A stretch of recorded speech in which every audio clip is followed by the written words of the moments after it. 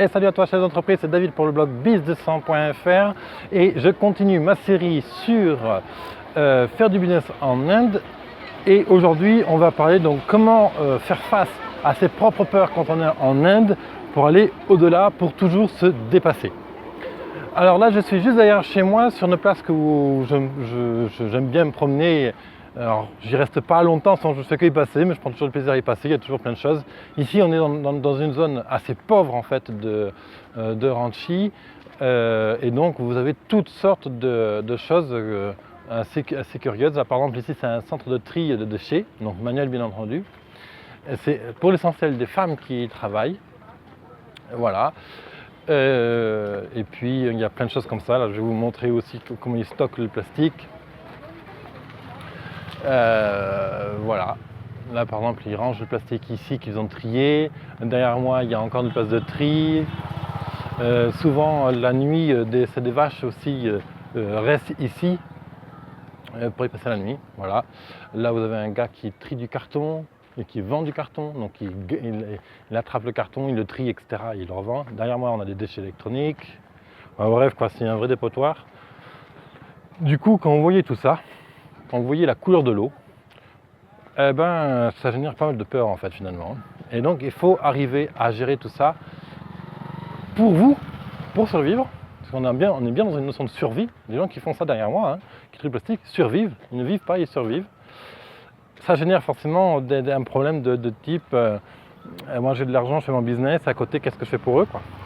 Donc il faut savoir être au clair avec tout ça et prendre des positions assez rapidement. Sinon vous faites envahir en fait par toutes ces émotions, tous ces sentiments, et il faut savoir trier. C'est pas évident, hein, c'est pas évident.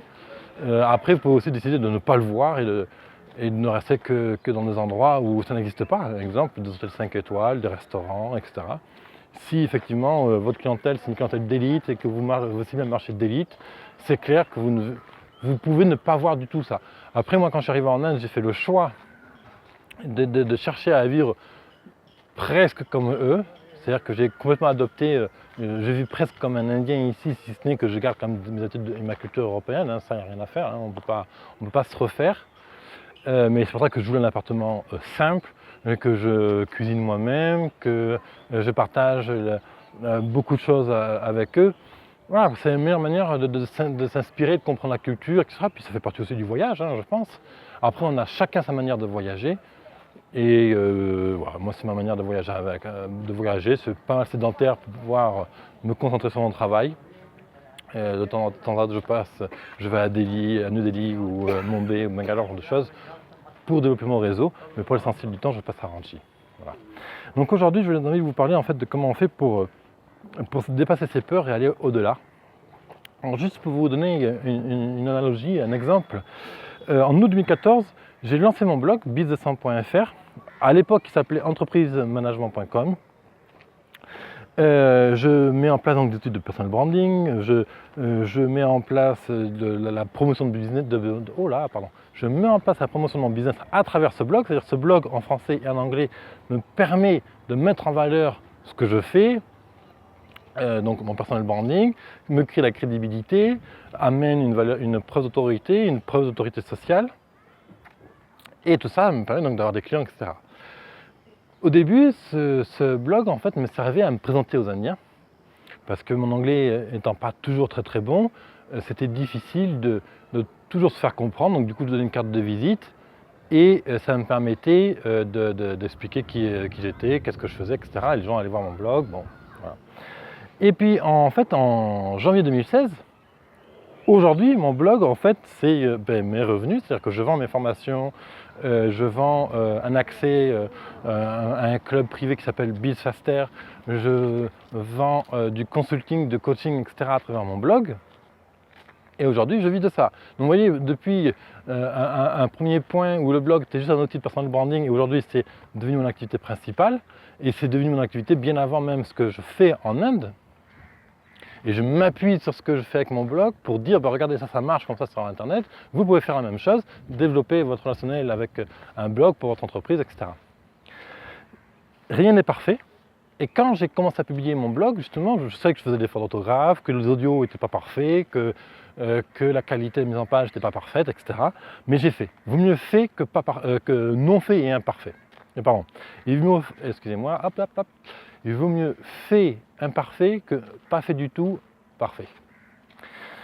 Il manque encore plein de choses sur mon blog. Et ça vient, ça arrive. Là, par exemple, là, j'ai eu il y a quelques temps le déclic pour faire des vidéos. Avant, je n'arrivais pas à faire des vidéos. Pas que je n'aime pas ma personnalité, ou ni à quoi je ressemble, ma coupe de cheveux ou mes lunettes, quoi, j'en sais rien, une connerie. C'est simplement que, je ne sais pas, enregistrer des fichiers audio, il n'y avait aucun problème. Je prends beaucoup de plaisir à enregistrer des podcasts. Mais la vidéo, j'avais des problèmes. Je ne sais pas. Et puis, je ne sais pas pourquoi. Un soir, je suis allé me coucher, en fait. Et puis, c'est des trucs de déblocage comme ça, hein. Dans ma tête, j'avais les vidéos qui tournaient, je savais qu'est-ce que j'allais dire, comment j'allais filmer, etc. Et puis le lendemain matin, je me suis dit, on fait des vidéos aujourd'hui, et j'ai commencé les vidéos comme ça. Voilà, c'est des déclics. Et en fait, ça fait partie des peurs, comment on est de là, comment se pousser soi-même. Bon, c'est pas toujours facile. Et pourtant, c'est la clé de votre business. C'est que comme ça que vous allez être capable de remettre en cause systématiquement ce que vous faites, d'améliorer votre marketing, d'améliorer votre orientation, d'améliorer votre propre vie. C'est le but, encore une fois, c'est de prendre plaisir à ce qu'on fait. Et si vous faites toujours des choses qui vous emmerdent, si vous êtes toujours en train de pousser votre entreprise, eh bien on s'épuise. On s'épuise et puis finalement on passe à autre chose alors que ça commence à fonctionner. On s'épuise et puis le problème c'est que il ne se passe rien et puis on ne gagne pas d'argent, et puis on n'est pas heureux, puis voilà, c'est un cercle infernal. Qu'est-ce que je voulais ajouter? Tout est question en fait d'énergie, tout est question d'échange, tout est question de peur psychologique. J'ai pour habitude de dire que la fainéantise n'existe pas. La fainéantise, c'est-à-dire quand on dit que quelqu'un est fainéant parce qu'il ne fait rien de la journée. Non, en fait, c'est pas qu'il est fainéant, c'est qu'il a des peurs psychologiques qui font qu'il ne pousse pas, qu'il ne passe pas à l'action. Il y a des trucs comme ça que moi, dans ma vie personnelle, je n'arrive pas à développer pour mon business parce que je n'ai pas encore le truc technique pour arriver à le développer. C'est une peur, je ne suis pas capable de faire ça, je ne suis pas capable de trouver la solution pour ce problème-là, alors du coup, on repousse, on met de côté. Voilà. Mais le problème, c'est que ça ne veut pas avancer. Donc il faut trouver des outils pour casser ces schémas de peur et arriver à aller de l'avant. Et c'est justement là toute la difficulté du business d'être auto-entrepreneur. Et en plus, il y a une chose qui fait que ça se complique, c'est que quand on est auto-entrepreneur et nomade, en plus de ça, eh bien, il faut arriver à gérer son temps, à se focaliser sur ce qui est essentiel, à comprendre sur quel point il faut se concentrer en premier, etc. Et curieusement, quand je dis en fait que tout est question d'énergie et d'échange, ça n'a rien d'ésotérique, de magique, etc. En fait, le soir où j'ai eu le déclic pour les vidéos, où j'ai commencé à alimenter ce truc de vidéo, c'est que j'ai eu un rendez-vous avec un client sur Skype, comme d'habitude, en fait, rien d'extraordinaire. Et je ne sais pas, il m'a posé quelques questions. C'était un client de Calcutta, et donc il voulait mettre en place un blog, etc. Et il me dit, comment tu fais toi pour vendre, quel système tu mets en place, etc. Comment ça marche, comment tu tires des clients de ça, je n'y connais pas grand-chose. Alors lui, il a fait un site moyen pour une sorte de pâtisserie. Et voilà. Yes? From where are you? France. France. Yes. Are you a reporter? No, I'm not a reporter, but I'm doing business online. Okay? I have a blog and I publish online some podcasts, some video, some articles to help my customers to improve their business. Oh, okay, thanks. You're welcome. Et donc voilà, il me pose quelques questions, puis je sais pas, ça a alimenté quelque chose, tiens, qu'est-ce qui fait que ce jour-là j'ai eu le déclic pour des vidéos, voilà. Je sais que c'est lui qui m'a amené l'énergie nécessaire pour passer à l'étape suivante, faire des vidéos. Voilà. Et d'ailleurs, chaque fois qu'il y a eu des choses comme ça, super intéressantes qui sont passées dans ma vie, que j'ai pu progresser d'étape en étape dans mon business, etc. C'est chaque fois que juste avant, il y a eu un échange humain avec d'autres personnes, etc. C'est pour ça que je parle d'énergie. Quand les gens vous contactent, etc., il y a un super coucher de soleil, je vais essayer de vous le montrer. Quand vous échangez avec les gens, il y a un échange d'énergie qui se produit. Et cet échange d'énergie, vous la stockez et vous pouvez ensuite le redistribuer. Vous ne pouvez pas éternellement donner si vous ne recevez pas. Le business, c'est toujours une question de flux. Arriver à donner, et en même temps, il faut savoir recevoir, parce que sinon, on s'épuise. Et justement, souvent on dit que voyager c'est bien, ça rencontre plein de monde, etc.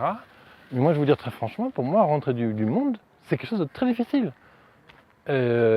Internet pour moi n'est pas une manière de m'échapper et finalement de ne pas affronter les gens, pas du tout. En plus, avec Internet, on rencontre davantage de monde, mais je ne reste pas non plus derrière un écran pour ne pas affronter la réalité. Je ne reste pas derrière un écran pour ne pas affronter mes clients ou ce genre de choses. C'est simplement qu'il y a des moments, finalement, je ne sais pas quoi faire pour rentrer du monde. Et on est très nombreux à être dans cette situation-là. Et c'est pour ça qu'il faut casser ces schémas de peur, etc. Parce que chaque fois qu'on rencontre du monde, il y a des choses magiques qui se passent dans votre vie. Et c'est comme ça, par exemple, une des solutions que j'ai trouvées en Inde, c'est pour ça que je vous parle de réseauter et que faire du réseau c'est très important, c'est d'aller dans les clubs des clubs d'affaires. Parce que les clubs d'affaires, vraiment, vous apportent du contact et des ressources intéressantes.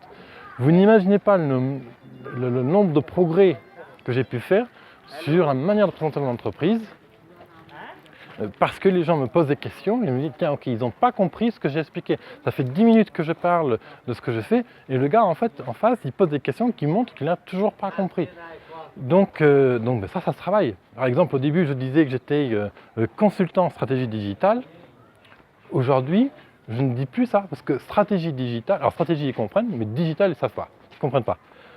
Encore une fois, ce n'est pas un jugement de valeur que je fais, hein, c'est la réalité. Le digital, ça n'évoque pas grand-chose pour eux. Internet, ici, c'est assez récent. Et donc, je dis en fait que j'aide des entreprises à se développer avec Internet. Voilà. Et ça, ils comprennent du premier coup. Ensuite, qu'est-ce qui vient, quelle question il vient, de quoi tu vis, où tu travailles, pour quelle entreprise, machin. Voilà.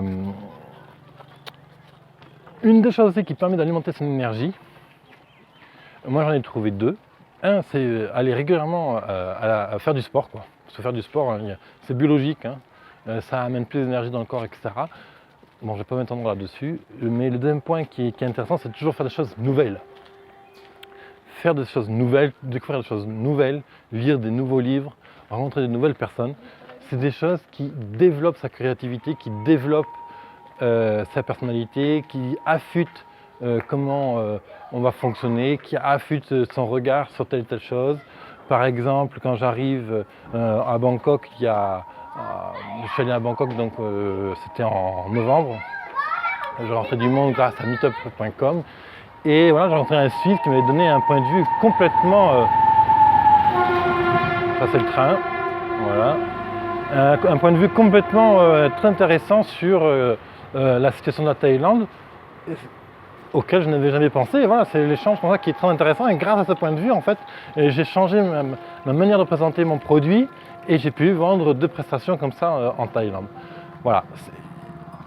J'espère, je sais que cette vidéo manque un peu de cohérence, mais je cherche à vous montrer qu'il faut vraiment aller au-delà de ces peurs et surtout en prendre conscience.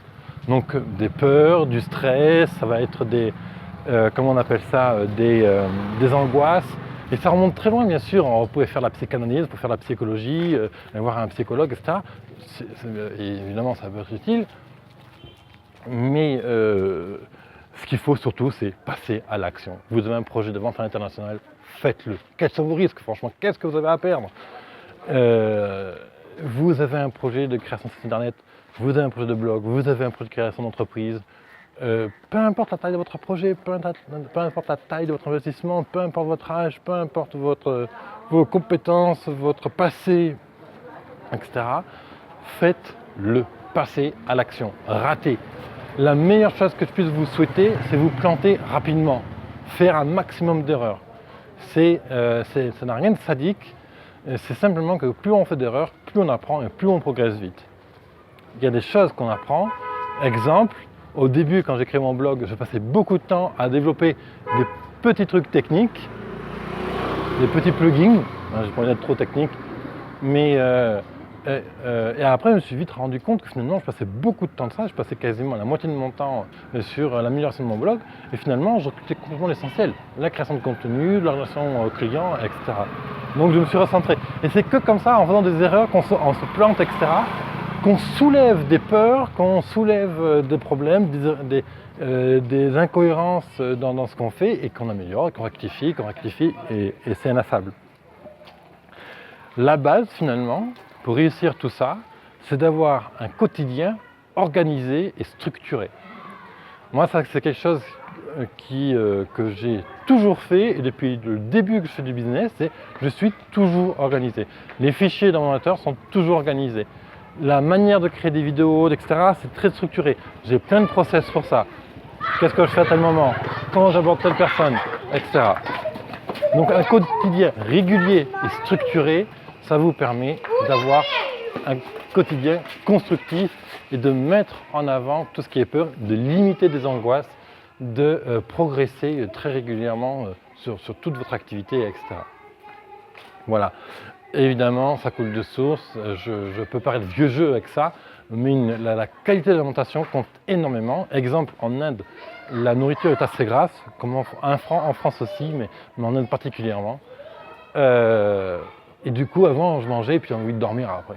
Donc du coup, je me suis dit, il y a un truc qui ne va pas là, ça n'est pas possible. Et donc j'ai complètement retravaillé comment je mange, etc. Et c'est pour ça qu'aujourd'hui, par exemple, je mange très souvent thaïlandais, j'adore la cuisine thaïlandaise. Alors je cuisine pas exact thaïlandais, mais je m'en inspire, ce qui fait que de façon beaucoup moins grasse. D'ailleurs, j'ai perdu du poids, voilà, pour le détail. Et donc voilà, c'est ça que je voulais vous dire. Faites face à vos peurs, passez à l'action. Et moi, je vous retrouve dans un prochain épisode de Parlons Business. Alors, je vous rappelle que c'est un projet international. Vous pouvez télécharger un guide, le guide complet du business en Inde. Il est gratuit, évidemment. Vous pouvez le chercher sur mon blog business100.fr/go/Inde. Et moi, je vous retrouve dans un prochain épisode. Je vous dis à très bientôt. C'était David pour business100.fr. Bye bye.